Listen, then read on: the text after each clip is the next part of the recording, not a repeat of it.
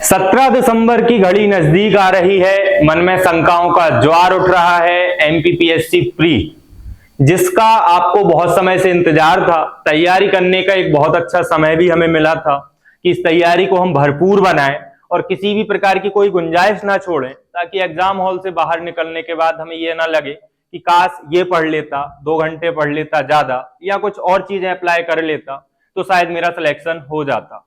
अभी भी हमारे पास कुछ समय शेष है, यूं कहें कि लगभग 15 दिन बाकी हैं। इन 15 दिनों में हम क्या कर सकते हैं और क्या नहीं करना चाहिए, इन दो बिंदुओं पर जरा गौर फरमाते हैं, ताकि अब आपकी जो मेहनत हो वो एक सही दिशा में हो। कुछ चीजों पर ध्यान दीजिए। जब मैं पढ़ाई करता था, मेरे गुरुजी ने एक बार मुझसे एक बहुत अच्छी बात कही थी। उन्होंने कहा था कि तुम्हारी मेहनत को एक गुरु मंत्र देता हूं और यह गुरु मंत्र तुम्हारी मेहनत को तरासेगा, धार देगा। वो गुरु मंत्र क्या था? उन्होंने कहा कि मेरे 3 मंत्र याद रखो। यदि आपको किसी भी एग्जाम में पास होना है तो 3 मंत्रों का पालन करना है। पहला मंत्र था रिवीजन, दूसरा मंत्र था रिवीजन, और तीसरा मंत्र भी था रिवीजन। अर्थात रिवीजन आपकी सफलता का सबसे ज्यादा महत्वपूर्ण भाग होता है। कुछ चीजें हम बेसिक डिस्कस कर लेते हैं। अब आपको क्या करना है? समय कम है, लक्ष्य बड़ा है, तो आपका जो प्रयास है वो भी बिल्कुल भीमकाय होना चाहिए। इन 15 दिनों में कम से कम 15 घंटे तो आपको पर डे अब पढ़ना ही पड़ेगा। थोड़ा कम कर लें, जो लोग इसको भी देखकर भौचक के रह गए हों तो 12 घंटे पढ़ लो। इन 12 घंटों को आप 3 पार्ट्स में डिवाइड करो। 3 पार्ट्स मतलब 4-4 घंटे के 2 सेगमेंट बना लो और 2-2 घंटे के 2 सेगमेंट और बना लो। ठीक है? इन 4-4 घंटों में आपको कवर करने हैं कुछ मेजर सब्जेक्ट्स। मेजर सब्जेक्ट्स कौन से होते हैं? For example history, polity, geography, economics छोटा सब्जेक्ट है, एमपी मान लेते हैं, एमपी सबसे बड़ा सब्जेक्ट। तो इन मेजर पोर्शंस को आपको कवर करना है इन 4-4 घंटों में। उसके बाद में आपको 2-2 घंटों में कवर करना है, जैसे कि कंप्यूटर हो गया, है ना। कंप्यूटर के साथ साथ कुछ और बेसिक चीजें जैसे यूनिट 9 में दिए हुए हैं कुछ पॉइंट, इनको कवर करना है। ये चीज आप ध्यान रखेंगे। दूसरी चीज याद रखो, पिछले वर्षों के प्रश्न पत्रों के अनुभव के आधार पर हमें पता है कि एमपी जीके से टोटल 30 क्वेश्चंस आते हैं दोस्तों, और यही 30 क्वेश्चन, ये 30 क्वेश्चन होते हैं गेम चेंजर। यदि आप 30 में से 28 सही करने के लायक हैं तो यकीन मानिए आप लगभग इस पेपर को क्वालिफाई कर लेते हैं। ठीक है? तो आपको एमपी पर सबसे ज्यादा ध्यान देना है 2 तरीके से। एक तो इसके आपको एमसीक्यू लगाने हैं, पर डे कम से कम 500 एमसीक्यू लगाओ। अब वो एमसीक्यू आपको कहां से मिलेंगे आपको ढूंढना है। और दूसरी चीज, इसकी समरी पढ़ो। समरी पढ़ने के लिए मार्केट में कुछ अच्छी बुक्स अवेलेबल हैं, उनसे आप इसका बार बार रिवीजन करो। मैं नहीं कहता एक चीज को 1 बार 2 बार 3 बार पढ़ो, मेरा तो ये मानना है कि चीजों को 25-50 बार पढ़ो, जब तक वो चीजें आपसे खुद ना कहने लगे कि बस भाई ठहर जा, तब तक उनको नहीं छोड़ना है। तो ये चीज ध्यान रखना है। जैसे आप हिस्ट्री पढ़ रहे हो, तीसरी चीज पर हम आते हैं, तो हिस्ट्री में पूरी मेहनत मत करो, अब जाकर क्या पढ़ लो, जैसे कि इंडस वैली सिविलाइजेशन पढ़ लो, वैदिक सिविलाइजेशन, है ना, जैनिज्म पढ़ लो, बुद्धिज्म पढ़ लो, मौर्यन पीरियड और गुप्तन पीरियड पढ़ लो, तो एंशिएंट हिस्ट्री आपकी कवर हो गई। ठीक है? यदि हम बात करें मिडाइवल हिस्ट्री में, तो बहुत ज्यादा ना पढ़ के अब रिवीजन के पर्पज से आप प्रॉपर जो है मुगल काल का रिवीजन करो और सल्तनत काल का रिवीजन करो। इस तरीके से मैं आपको जो मेजर पोर्शन का एक आइडिया दे रहा हूं कि रिवीजन अब किन चीजों पर मेहनत कर लेना है।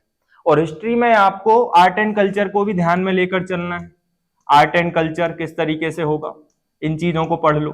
ज्योग्राफी में कुछ मेजर टॉपिक्स देखो, हमें पता है कि नेशनल पार्क से तो क्वेश्चन आने ही है लगभग, एक आध क्वेश्चन एमपी या इंडिया की रिवर से आना है। वर्ल्ड ज्योग्राफी हम पढ़ते हैं, कंटिनेंट पढ़ते हैं, तो नदियों से, रेगिस्तानों से या पहाड़ों से कोई ना कोई एक प्रश्न बनता ही है। तो इन चीजों से हमें पता है। जैसे मैं अभी पीवाईक्यू सॉल्व करा रहा हूं, 2022 के हमने पीवाईक्यू सॉल्व कर लिए। आपको डे बाय डे में हर रोज ऐसे हम 2021 के करेंगे, 2020 के करेंगे, तो एग्जाम से पहले पहले लगभग 6-7 साल के पीवाईक्यू हम सॉल्व कर लेंगे। उससे आइडिया लगेगा आपको कि यार क्या आ रहा है। तो डेली बेसिस पर आप उन चीजों को पढ़ते जाओ, कि जैसे उन्होंने एटलस जो है पहाड़ के बारे में पूछ लिया जो अफ्रीका में है, तो दुनिया भर के पहाड़ रट डालो। हो सकता है अब की बार जो है साउथ अमेरिका का आपसे कोई पहाड़ पूछ ले। यदि उन्होंने मेकांग नदी का पूछ लिया कि ये कहां से नहीं गुजरती, आंसर बांग्लादेश है, तो दुनिया भर की एक बार नदियां पढ़ लो, हो सकता है अगली बार टेम्स नदी के बारे में पूछ ले। आर्टिकल 62 पूछा उन्होंने महाभियोग, 61 आर्टिकल 72 पूछा उन्होंने क्षमादान की शक्ति। तो ऐसे इंपोर्टेंट आर्टिकल याद कर लो, है ना, आर्टिकल्स पर भी ध्यान देना है, तो इन चीजों पर ध्यान देंगे। एक बार समराइज कर देता हूं कि अंतिम दिनों में क्या करना है। नंबर 1, नया नहीं पढ़ना है। अब नया पढ़ने का समय गया, तो नया कुछ भी नहीं पढ़ना है। दूसरी चीज, पुराना पढ़ना भी है, पुराना जो पढ़ा था उसे पढ़ो, मतलब इसका हम कहें तो आपको रिवीजन करना है, ठीक है। मैंने अक्सर एमपीपीएससी प्री में असफल लोगों का ज्यादा रिव्यू लिया है। असफल लोगों से पूछा है कि क्या कारण था कि आप सिलेक्ट नहीं हो पाए, तो 2, 5, 7 नंबर से जो लोग रहे हैं उन्होंने कहा कि हमारा सफल ना होने के पीछे का महत्वपूर्ण कारण था कंफ्यूजन। और कंफ्यूजन क्यों होता है? कंफ्यूजन इसलिए होता है क्योंकि हम चीजों को पढ़कर निकल गए लेकिन बार बार नहीं पढ़ा, तो वो चीजें दिमाग में बैठी नहीं है। 100 क्वेश्चन में से 95 क्वेश्चन तो ऐसे होते हैं जिनके बारे में आपने सुना भी है, समझा भी है, कभी ना कभी आपकी आंखों के सामने वो चीजें तैरी भी हैं, लेकिन क्या हुआ कि हम उनका आंसर नहीं दे पाए क्योंकि सलीके से नहीं पढ़ा। कई किताबें, कई सोर्सेस, यूट्यूब की हजारों वीडियोस के पीछे भागे हैं, तो जाकर हमें दिक्कत पैदा हुई है। तो फिर से रिपीट कर रहा हूं, नया नहीं पढ़ना है, पुराने का रिवीजन करना है। पर डे कम से कम आपको 1000 एमसीक्यू सॉल्व करना है। पर डे 1000 एमसीक्यू लगाओ, आपके पास घटना चक्र होंगी, रोजगार निर्माण से आप करंट अफेयर्स पढ़ो।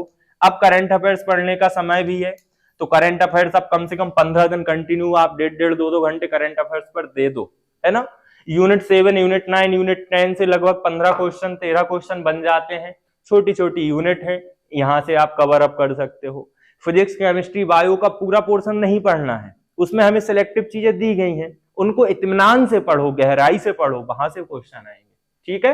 तो आपको ये सब चीजें ध्यान रखनी है।